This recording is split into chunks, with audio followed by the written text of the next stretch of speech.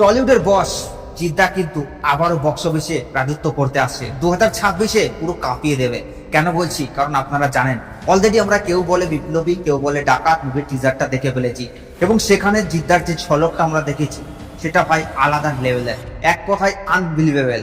তো এখন যদি আমরা কথা বলি যে কেউ বলে বিপ্লবী কেউ বলে ডাকাত, এই মুভিটা তো বক্স অফিস কাঁপাবে, তাহলে অনেকেই বলছে 2026-এ জিদ্দার নাকি দুটো সিনেমা আসবে, তাহলে আর একটা সিনেমা কি?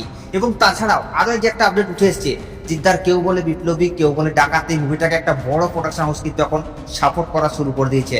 তাছাড়া অনেকে এটাও দাবি করছে যে জিদ্দার কেউ বলে বিপ্লবী কেউ বলে ডাকাতে রঘু নামের একটা ক্যারেক্টারও থাকতে চলেছে। তাছাড়া শুধুমাত্র জিদ্দাকে ফোকাস করা হবে না, সেখানে আরও কিন্তু ইম্পর্টেন্ট অনেকগুলো ক্যারেক্টার থাকতে যাচ্ছে এবং সেই ক্যারেক্টারগুলো মানে এমন এমন অভিনেতা যারা হয়তো ওয়েব সিরিজে কাজ করেছে, এমনই আপডেট উঠে আসছে।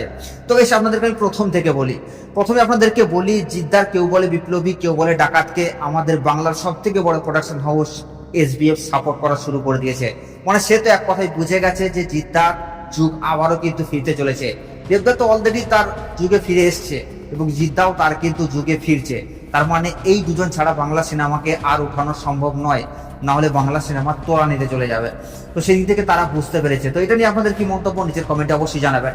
এবং সেকেন্ড যে আপডেটটা হলো সেটা হলো যে জিদ্দা যদি 2026-এ আসে, তাহলে জিদ্দা কি দুর্গাপুজোয় কোনো মুভি আনার চেষ্টা করছে, তাহলে সেটা কোন মুভি? দেখুন এই আপডেটটা তো এখনো পর্যন্ত আমাদের কাছে আসেনি, তবে এই আপডেটটা এসছে যে 2026-এ নাকি জিদ্দার দুবার আসবে। অনেকে বলছে যে লায়ন আসতে পারে। দেখুন লায়ন কিন্তু এখনো পর্যন্ত পোস্টপোন্ড আছে, লায়ন নিয়ে কোনো আপডেট নেই, লায়ন নিয়ে কোনো শুটিং নেই।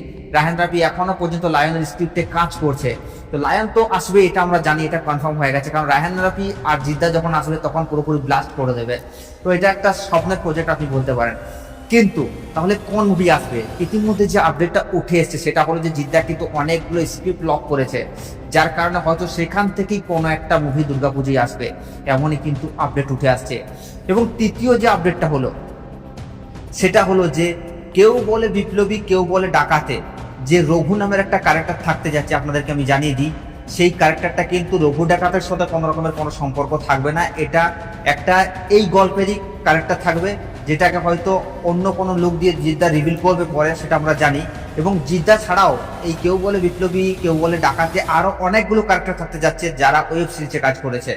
তো দেখা যাক শেষমেশ কি হয়। তো জিদ্দার এই 2026-এর এই যে কেউ বলে বিপ্লবী কেউ বলে ডাকাতের এই আপডেটগুলো শুনে আপনার কেমন লাগলো, বা 2026-এ জিদ্দা দুবার আসবে এই আপডেটটা শুনে আপনাদের কেমন লাগলো, সেটা আপনারা নিচের কমেন্টে জানাতে ভুলবেন না, কারণ আপনাদের মতামত জানা আমাদের জন্য অবশ্যই জরুরি। আর সাবস্ক্রাইব করে দাও নেক্সট ভিডিওর জন্য।